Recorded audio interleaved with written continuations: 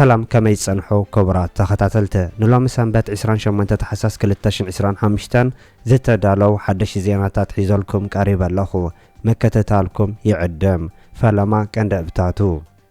أبصمن منكسو تلفزيون إثيوبيا ABC بزعبا شعبية أبوشت إثيوبيا يفتصمولون زبالون اتفتات زملكات زوصو حابريتا سعيبو إثيوبيا بحدش أقباب أنصار إرترا تلعيلا لختبل إرترا زهابتهم مجلس الزملكاتن ግብጽ ኣብ ጅቡቲ መደባታ መጀመራ ከም ዝተገለጸን እስራኤል ንሶማሌላንድ ኣፍሉጥ ማሃባ ስዒቡ ዝወጹ ሓደሽቲ ምዕባለታት ዝምልከተን ሰራዊት ኤርትራ ኣብ ደቡብሬን ውሽጢ ኢትዮጵያ ኣቱ ከም ዘሎ ናይ ኢትዮጵያ ሚድያታት ይኸሱ ከም ዘለውን ዝብሉን ካልእን ዝሕበር ዝርዝር ዜናታት ሒዝናልኩም ቀሪብና ኣለና ንቻነልና ሰብስክራይብ ብምግባር ክሳብ መወዳእታ ክትከታተሉና ብኽብሪ ንዕድመኩም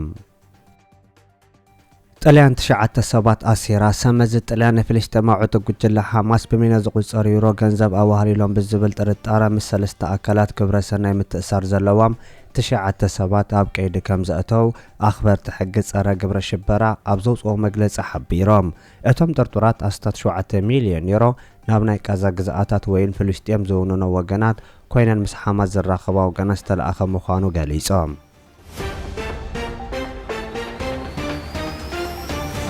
أب تايلاندن كامبوديان لعل 1 مليون سبات تمزابيلهم أمونغو تايلاندن كامبوديان تخصد موبال أبدوب تكبر أو خينو خمزلو كنت تجلسة ناستات 3 سمو زقصله حدغنيا ግጭታት 11 مليون سبات ካብ ገዝኦም ከወጹ ከም ዝተገደዱ ይግለጽ ኣሎ ሚኒስትር መከላኸሊ ክልቲአን ሃገራት ኣብ ዘውጽኦ ሓበራዊ መግለጺ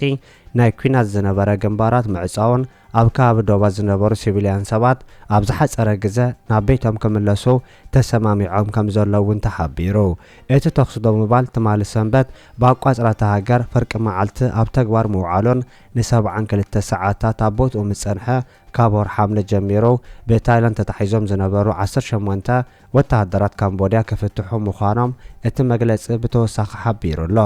እቲ ናይ ሰላም ስምምዕ ድሕሪ መዓልታ ዝወሰደ ዝረብ ክልቲአን ሃገራት ዝኾነን ዲፕሎማስያዊ ዕዮታት ቻይናን ኣሜሪካን ኣብ ተራ ከም ተጻወተውን ተገሊጹ ታይላንድን ካምቦድያን ቁልጥፍ ተኽስ ብምባል ክገብራ ከም ተሰማምዓ ሚኒስትር መከላኸሊ ክልቲአን ሃገራት ኣብ ዘውጽኦ ሓበራዊ መግለጺ ከፍልጡን ከለው ክልቲኦም ወገናት ኩሎም እንቅስቃሴ ሰራዊት ደው ከብለን ኣብ ከባቢታት ዶብ ዝነብሩ ሰላማውያን ሰባት ናብ መረበቶም ክምለሱ ከም ተሰማምዑ እኳ እንተተገለጸ ኣብ ባይታ ዘሎ ሓቅታት ብልክዕ ክፍለጥ ከም ዝግባእውን ምንጭታት ናይቲ ከባቢ ይጠቕሱ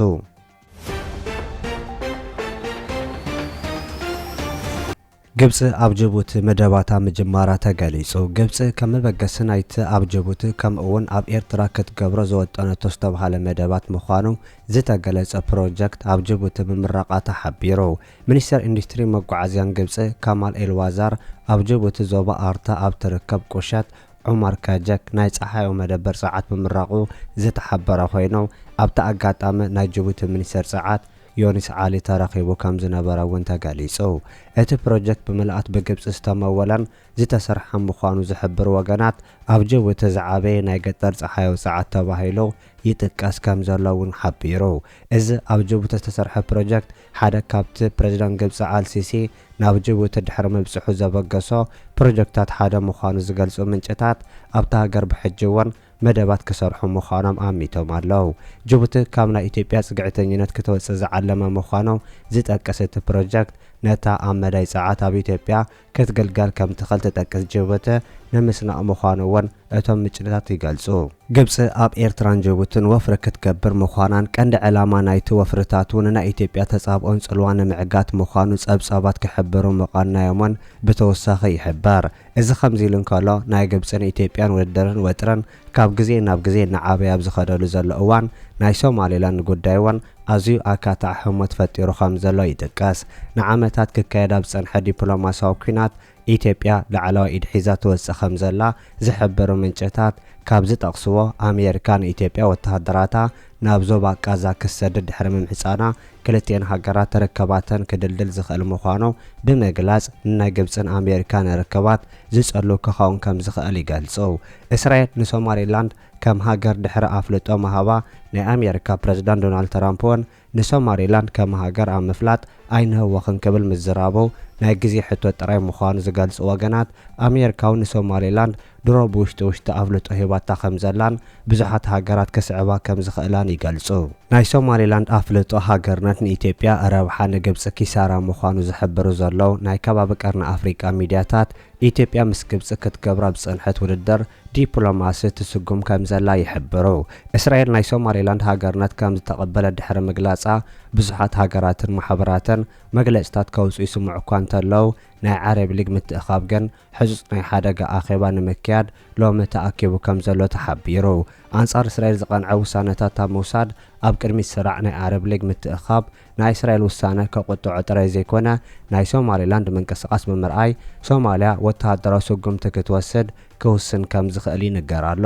ሶማሌላንድ ብእስራኤል ከም ሃገር ኣፍልጦ ክትረክብ እንከላ ፍሉይ ጽልዋ ክህልዋ ከም ዘይክእል ዝሕብሩ ዘለው ናይ ጂኦፖለቲካ ክኢላታት ብወገኖም ኣብ ዓለምና 8 ሃገራት ብገለ ሃገራት ኣፍልጦ ረኺበን ክንሰን ገና ኣብ ውድብ ሕብራት ሃገራት ኣፍልጦ ዘይተዋሃበን ከም ዘለዋ ይጠቅስ። ታይዋን ቅድሚ 76 ዓመታት ከም ሃገር ነብሳ ክትእወጅን ከላ ዛጊድ 12 ሃገራት ጥራይ ኣፍልጦ ሂበንኣ ኣይ ሃገር ኣይዞባ ኮይና ትነብር ከም ዘላን ኣብ 2008 ከም ሃገር ነብሳ ዝኣወጀት ኮሶቮ እውን ተኾነት 117 ሃገራት ኣፍልጦ እኳ እንተሃበኣ ክሳብ ሕጂ ኣብ ናይ ሕብራት ሃገራት መድረኽ ከም ሃገር ተቐባልነት ከም ዘይብላ ብተወሳኺ እቶም ወገናት ይገልጹ። ብኻልእ ዜና ድማ ሕብረት ኤውሮጳ ሓድነትን ሉዓላውነትን ሶማልያ ክኽበር ጸዊዑ። ሕብረት ኤውሮጳ እስራኤል ንሶማሌላንድ ኣፍልጦ ምሃባ ስዒቡ ኣብ ዘውፅኦ መግለጺ ሉዓላውነትን ግዝኣታዊ ሓድነት ሶማልያ ምኽባር ኣገዳሲ ምዃኑ ገሊጹ። እቲ ኪዳን ብወሃቢ ቃል ኣብ ዘውፅኦ ሓጺር መግለጺ ኣብ ቅዋም ሶማልያ ሕብረት ኣፍሪቃን ቻርተር ሕብራት ሃገራት ዝተመርኮዘ ሉዓላውነት ሶማልያ ክኽበር ጸዊዑ ኣሎ። እዚ ድማ ኣብ መላእ ቀርኒ ኣፍሪቃ ሰላም ምርግጋእን ወሳኒ ምዃኑ ምግላጹ ተሓቢሩ ኣሎ። እዚ ከምዚ ኢሉ እንከሎ ግብፂ፣ ኢራን፣ ቱርክን ዮርዳኖስን ዝርከባ ሓያሎ ሃገራት ንተግባራት እስራኤል ዝኹንን መግለጽታት ኣውፅአን ኣለዋ። ኣብ ሓባራዊ መግለጺ ዮርዳኖስ፣ ስዑድ ዓረብ፣ ቀጠር፣ ጅቡቲ፣ ኩዌት፣ ኢራን፣ ኢራቅ ከምኡውን ናይጀራን ፓኪስታን ሓያሎን ሃገራት እስራኤል ንሶማሌላንድ ኣፍልጦ ምሃባ ብትሪ ተቃዊሞም ኣለው። ሚኒስትር ወፃኢ ጉዳይ ዮርዳኖስ ኣብ ማሕበራዊ መራኸብቲ ገጹ ኣብ ዘውፅኦ መግለጺ እስራኤል ንሶማሌላንድ ኣፍልጦ ምሃባ ብምሉእ ድምፂ ከም ዝኾነኖ ገሊጹ ኣሎ። እዚ ከምዚ ኢሉ እንከሎ ባይቶ ፀጥታ ሕብራት ሃገራት እስራኤል ንሶማሌላንድ ኣፍልጦ ምሃባ ብዝምልከት ህዝ ኣኼባ ክካየድ ከም ዝኾነ ገሊጹ ኣሎ። ባይቶ ፀጥታ ሕብራት ሃገራት እስራኤል ንሶማሌላንድ ኣፍልጦ ምሃባ ንምዝታይ ዝመጽእ ሰነ ህዝ ኣኼባ ክካየድ ትጽቢት ይግበር። እዚ ገለጸ ኣምባሳደር እስራኤል ኣብ ሕብራት ሃገራት ዲኖ ዳናኖን እስራኤል ካብ ፖለቲካዊ ዘተ ንድሕሪት ኣይትምለስን ኢሉ።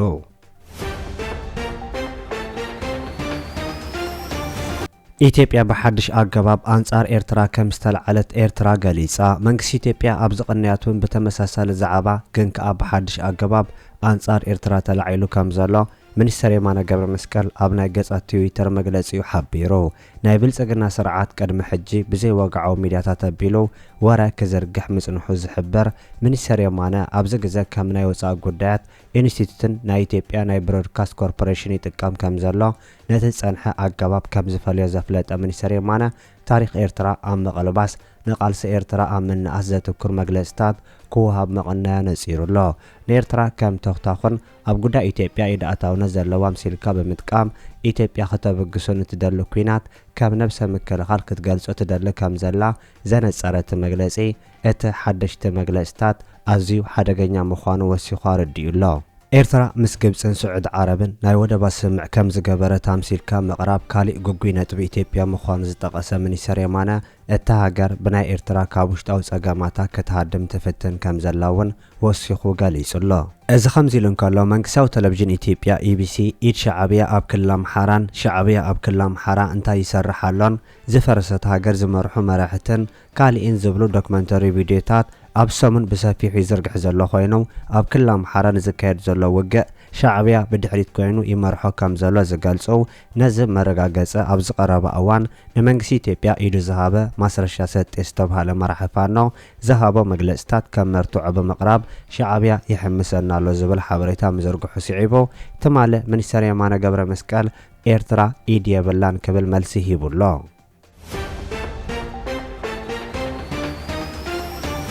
ሰራዊት ኤርትራ ኣብ ደቡብ ቡሬን ውሽጢ ኢትዮጵያ ኣቱ ከም ዘሎ ናይ ኢትዮጵያ ወገናት ከሲሶም። ሰራዊት ኤርትራ ኣብ ናይ ቡሬ ወገን ውሽጢ ብምእታው ኣብቲ ከባቢ ንዘለዉ ወገናት ዓፋር ኣብ ምሕጋዝ ክነጥፍ ምጽንሖን ኣብ ልዕሊ ህዝቢ ግፍዒ ምውራዱ ናይ ኢትዮጵያ ወገናት ክሕብሩን ከለው እቲ ጸብጻብ ካብ ሓቂ ዝረሓቐ ምዃኑ ናይ ኤርትራ ወገናት መልሲ ሂቦምሉ ኣለዉ። ሰራዊት ኤርትራ ኣብ ዶባት ምንቅስቓስ ክገብር ምቕናዩ ዝኸሱ ናይ ኢትዮጵያ ሚድያታት ብፍላይ ኣብ ክልል ዓፋር ምንቅስቓስ ሰራዊት ኤርትራ ልዑል ከም ዘሎ ይገልጹ። መንግስቲ ኢትዮጵያ ብወገኑ ሰራዊት ኤርትራ ኣብ ልዕላዊ መሬት ኢትዮጵያ ብምእታው ምግሃስ ይፍጽም ከም ዘሎ ክኸስስ ጸንሐ ኮይኑ ኤርትራ ካብ ውሽጣዊ ፖለቲካዊ ጉዳያት ኢትዮጵያ ኢዳ ክትስሕብ ክጽውዕ ምጽንሑ እውን ይሕበር።